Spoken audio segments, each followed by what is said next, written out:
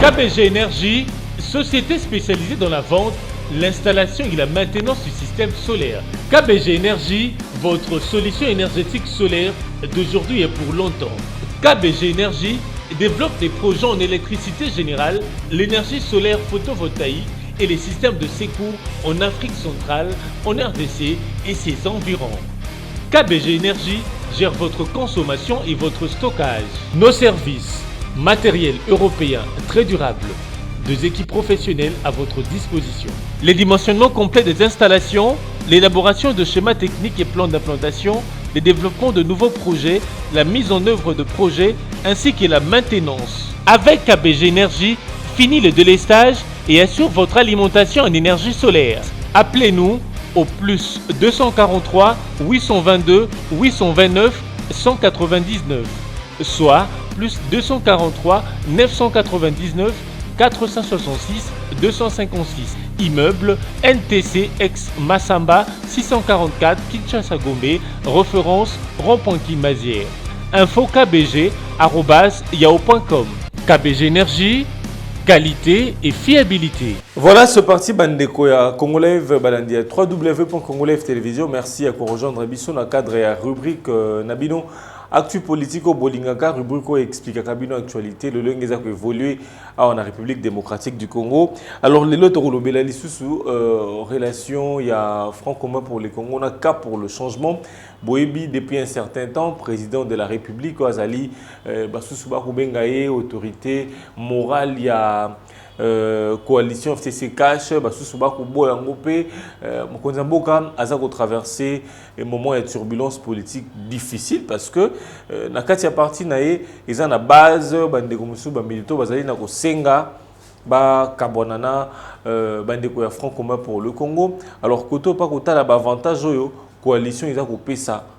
Est-ce que Esengeli Atika Kabila to à répondre na souhait à base les peuples d'abord base de Senga qui est en novembre 2018 à Longola Bongo Mokoloto na accord ya Genève na ba travaux à Genève au babisa qui faou lupenza boebitango base et yuka ki yango base belelaki base ba se manifesta ki kosenga na président de la République alongola penza signature na ye o ataki na kati ya document wana. Alors lelo toujours qu'il est déjà deuxième année et ça même base c'est la même base vous avez kosenga lelo rupture dissolution il y a mariage entre Front commun pour le Congo na cache et pourtant mon amboka Félix Baza déjà en coalition où ils ont déjà je dirais Tokoti deuxième année alternance. Alors Ndeko Lobi a journal confrère a commis na titre na commis FCC UDPS la coalition ou le peuple d'abord. Donc vous comprenez que Eza Félix Aza na zonge il sous terme lobby entre le marteau et l'enclume. Donc Kotoyo, est-ce qu'il faut sauver coalition FCC cash de l'autre côté P base Basengi nae a appliqué testament, il y a le feu Etienne, il y a opposant historique, les B52, les peuples d'abord, parce que Bango Baza au Sengande Balobi, Sengeli Félix Tshisekedi, Kabonana, Bandeko ya Front commun pour le Congo, parce que selon des bazomon, on dirait, ministre ya Front commun pour le Congo, au faciliter Penza. Mokonzambo attaché. Est-ce que Bazan a raison? On a déjà Oeza ko Salima déjà Namboka, Bomonaki, Bolandaki dernièrement, directeur et cabinet chef de l'État par rapport au programme d'urgence il y a 100 jours, directeur et cabinet APC. Indice naïe, APC, chiffre naïe, par après,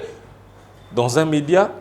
Bolandi également, ministre et Finances, donc argentier, Yamboka, Aleki, a contredire directeur et cabinet à chef de l'État. Alors selon Batunsu Balobi, conflit à front commun pour le Congo na cache et singela qui pensa izala battre taraba question en interne izala ka médiatiser tendez au monde les leus ça la pena bo soto et ça la dégoût à politique parce que na romona bande ko balobi baza ensemble mais toujours mona na ba réaction sur ba point politique sur ba fait politique toujours mona baza au kabwana bazo qui est en ordre dispersé au mona ndeko ya PPRD abimi alobi likambo mosusu ya UDPS alobi likambo mosusu de comme la guerre entre UDPS na Front commun pour le Congo mobimba parce que on dirait ba ndeko UNC pena bango ba se retenir na bango na ba question actualité bazara trop épidermique te le roi ba ndeko UDPS parce que bango ceux qui Front commun pour le Congo était A ba c'est pena A on a te bango ba pesi A prime to B donc confrère à lobby que Félix a faire face à des membres de la partie et puis certains Congolais au bazako exiger rupture na front commun pour le Congo na cash alors de quoi tuni est-ce que Fachi et Sengeli a boya a rejeté penza en bloc souhait à la population les peuples d'abord tout Sengeli a préféré Kamere to Kabila parce que dans le lobby président a un dilemme. Est-ce qu'il faut sauver coalition FCC Cash pour appliquer le programme pour réussir à quinquennat naé? Est-ce qu'il faut à rompre na FCC des bandes quoi base des bases naé base na lobina et bande likio basinga ki alongola signature naé na masolo à Genève bazo baza également au senga naé à rompre. Mais tout ça, on met tout et là, on est comme un mboka ce qui lelo président de la République à rompre relation libalo bazana mona FCC libalo cash et ça on a front commun pour le Congo parce que déjà bandi ko appliquer le programme des chefs de l'État est-ce que les lots directement du coup tout on a coalition tout comme on a cohabitation topé est-ce que les lots principe de coalition ils a respecté parce que singeli baza lokola na coalition Tessengeli batambola batala penzana direction moko mais tout le monde on dirait bazana cohabitation parce que c'est comme si premier ministre a aussi la majorité parlementaire président azana suffrage universel aza élu bobi kaza élu na suffrage universel na élection présidentielle basali cohabitation coalition plutôt, mais c'est comme si Bazak vivre en cohabitation. Parce que nous satisfaire, je dirais, famille politique naïe. Parce que Bazak censé gérer beaucoup, traiter la question d'État. On a l'impression que nous avons obéir à l'injonction et dans la famille politique naïe. Tant que Sylvestre Ilunga Ilukamana, ministre de Front commun pour le Congo, nous avons l'impression que là, bazoto ça, miboko za ko uta na lingomba politique na bango. Tant que vous avez élu à tout gouvernement ya cas pour le changement, ministre ya cas pour bazana katia gouvernement oyo, c'est comme si on dirait bango bazako tout ça, principe ils a ko uta na UDPS, to ils a ko uta na le peuple d'abord de balakaki peuple. Alors est-ce que le lot Fachi Sengeli a rompre na bande ko Front commun pour le Congo? Est-ce que c'est une bonne décision? Parce que les lopés les cambosseux commis les cambos dissolution, il y a l'Assemblée nationale, le Sengeli président Penza a dissoudre l'Assemblée nationale pour que Penza organiser l'élection pour permettre et épais ça et poids. Mais est-ce que les lots questions ils a opportune parce que les lots déjà qu'organiser l'élection il faut mis solo parce que nous comme pour dans ça l'élection en 2018 parce qu'il fallait tout ça en 2016 et il faut mis solo d'abord pour organiser l'élection il faut ezaloka l'élection ça les maquiter parce qu'il crée qui désordre tu veux que tu enrôlé nani ban 14 ans 13 ans bandé ko enrôlé il faut également CENI parce que CENI boyebi mandat nango commis déjà na souka c'est depuis juin et année passée que CENI mandat nango expira qui donc pour organiser l'élection il faut préalable on a nyonso et à la réunion.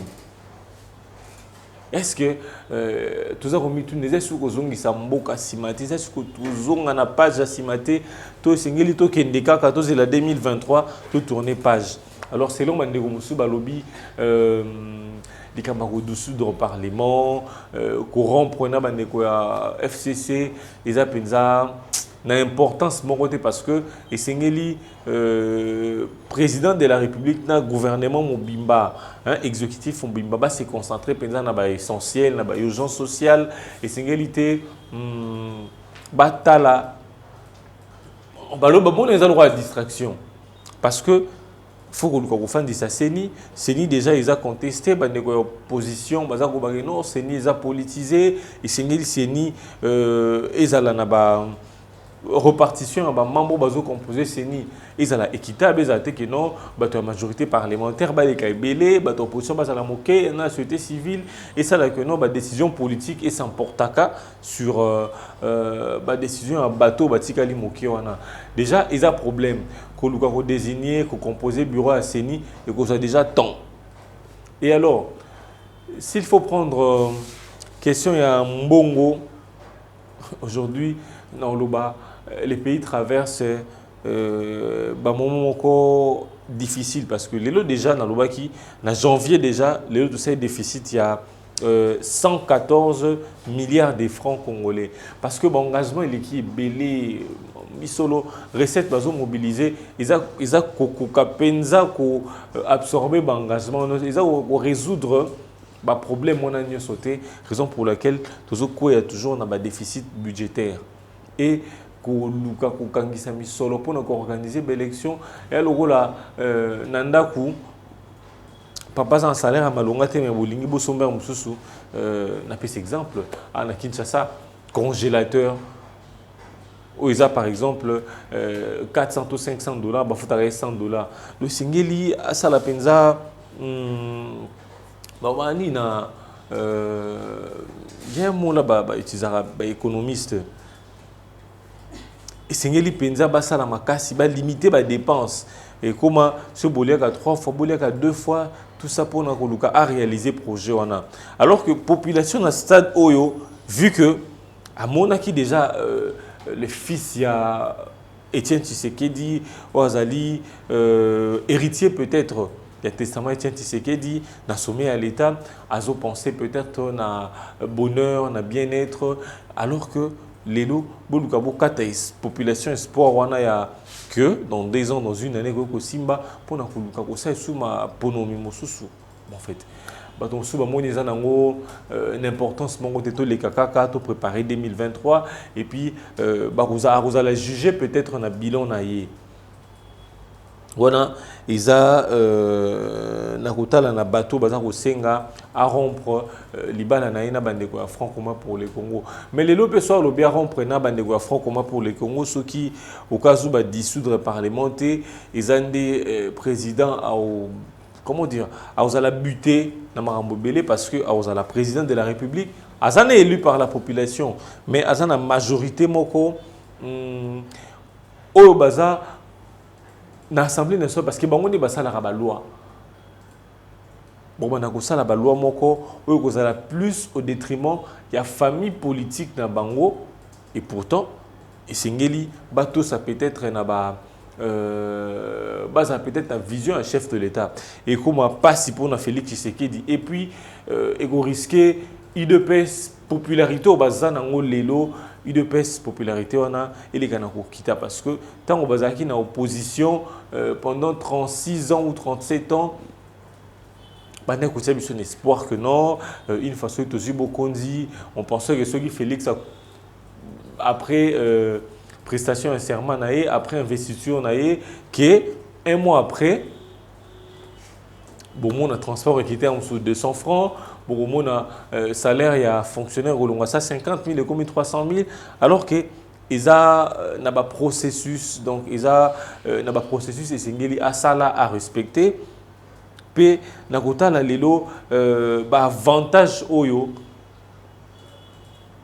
coalition FCC cash ils a coupé ça parce que lelo ministre on en a FCC en fait bien que tozolo bien que bazana ba proposition moko ils ont divergé bango mais baza ba ministre ya front commun pour le Congo était baza ba ministre ya gouverner ya Félix Tshisekedi donc baza pour la population congolaise lelo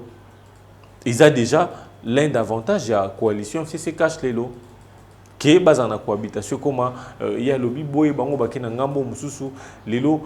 ils ont pas si pensa pour nous dissoudre la coalition, on a un front commun pour le Congo, on a cas pour le changement parce que ils ont coupé ça épée avantage, moi suprématie européenne sur le ministre, on a quand bien même que baza ko s'entêter, moi le bac que non, il y a des ministres baza ko imposer bango, na bango ba politique, na bango ba démissionner, mais et que ça la pensa, je dirais facilité pour mokonzi mboka Félix Tshisekedi oza koluka penza à réussir mandat nae oza koluka a marqué quinquennat nae cette fois-ci, donc ça ne sera pas facile. Et puis na motuna ndekota ngolobi, est-ce que le président Félix a rejeté comment dire, a rejeté souhait il y a base au babela tango sur les peuples d'abord base oyo baza ko senga lelo yena ndeko kapila baleka na ko kabwana pena pona balobele kana ko gérer librement ale kana ko jouer na ba prérogative en tant que président. Est-ce que lelo président azana comment dire aza empêché na ba prérogative na ye comme président ko poser ba acte? Je dirais non, parce que Aza président de la République, Aza institution Mobimba. Bien que Aza na majorité parlementaire moko, où ils a plus dominé par bandeko ancien régime, bandeko peut-être bazari na opposition, abengaki bandoki, mais yemoko une fois côté na pouvoir le bail dernièrement que non,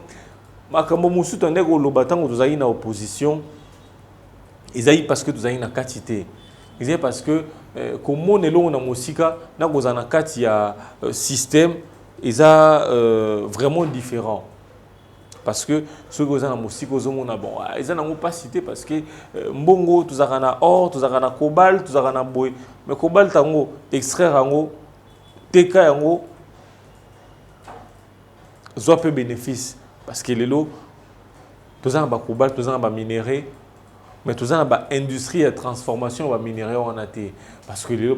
non, comment se fait-il? La RDC, pays extrêmement riche, scandale géologique, mais vous avez fait là. Mais vous ne savez pas. Et là, on ça là peut-être que les lots RDC, ils sont en mesure de jouir de minérer en athée. Alors le président a beau y baster, le président c'est juste Azotala. Est-ce qu'il faut obéir qu'à la base?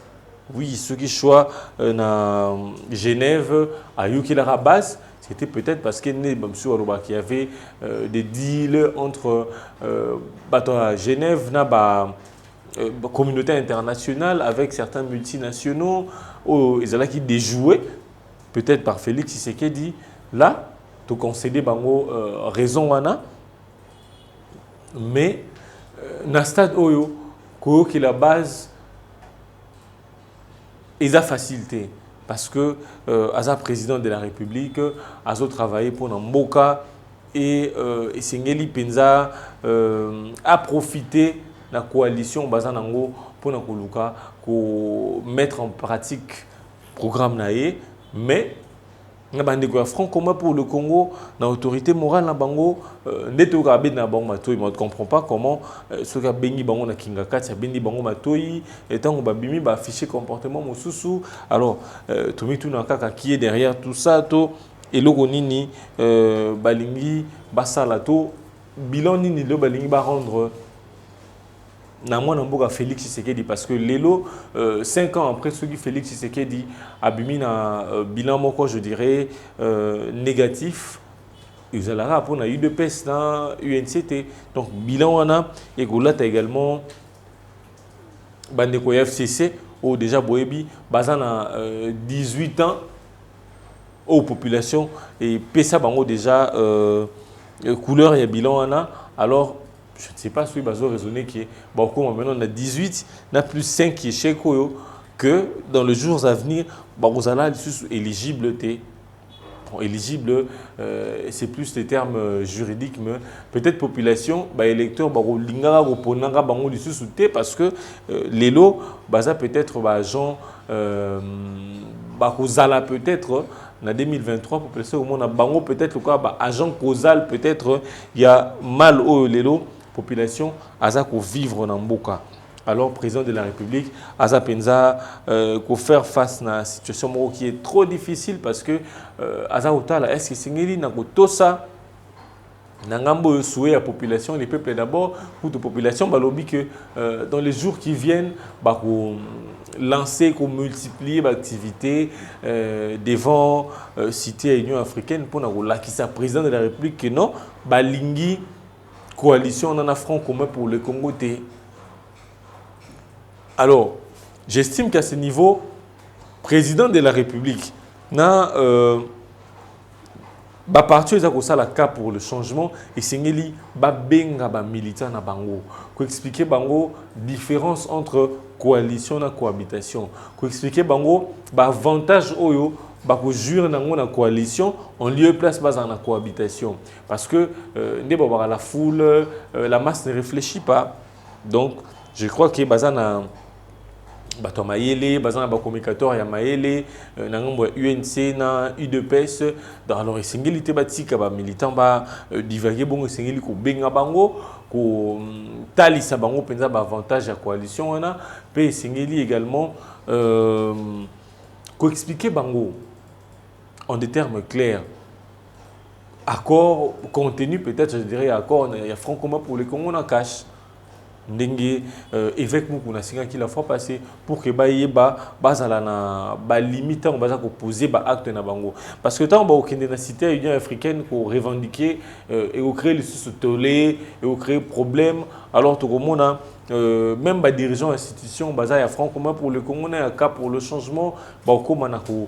pesa ba vie ba point de vue eux kozala penza quito côté na mis sur bateau parce que les lots tous appels na ba médias internationaux ou ils a médias internationaux on a bon fait ils a ba médias baza ko jouer ba rôle les médias mais toyebi penza motivation ambition na bangoté parce que misu baloba que non ba médias on les a pour na ko balobaka vérité bien sûr mais vérité moko dans le sens ya côté ka peut-être image moko ya mabe ya République démocratique du Congo alors singeli penza ko ça la très attention.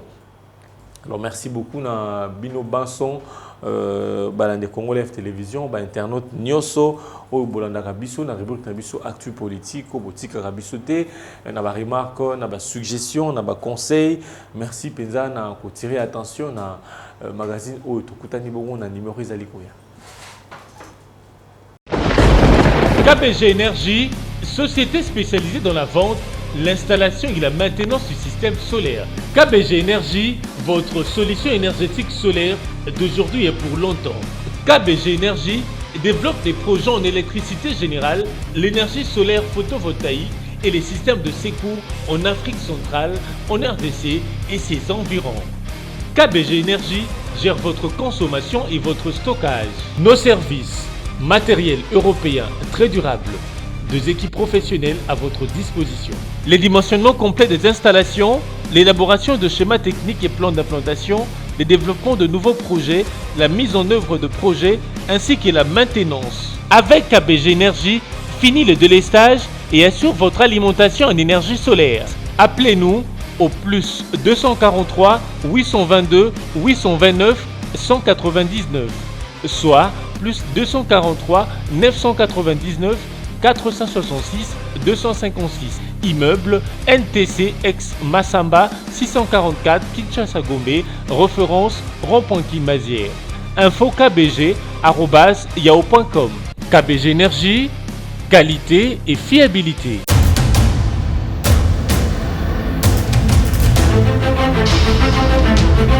Audio Jungle.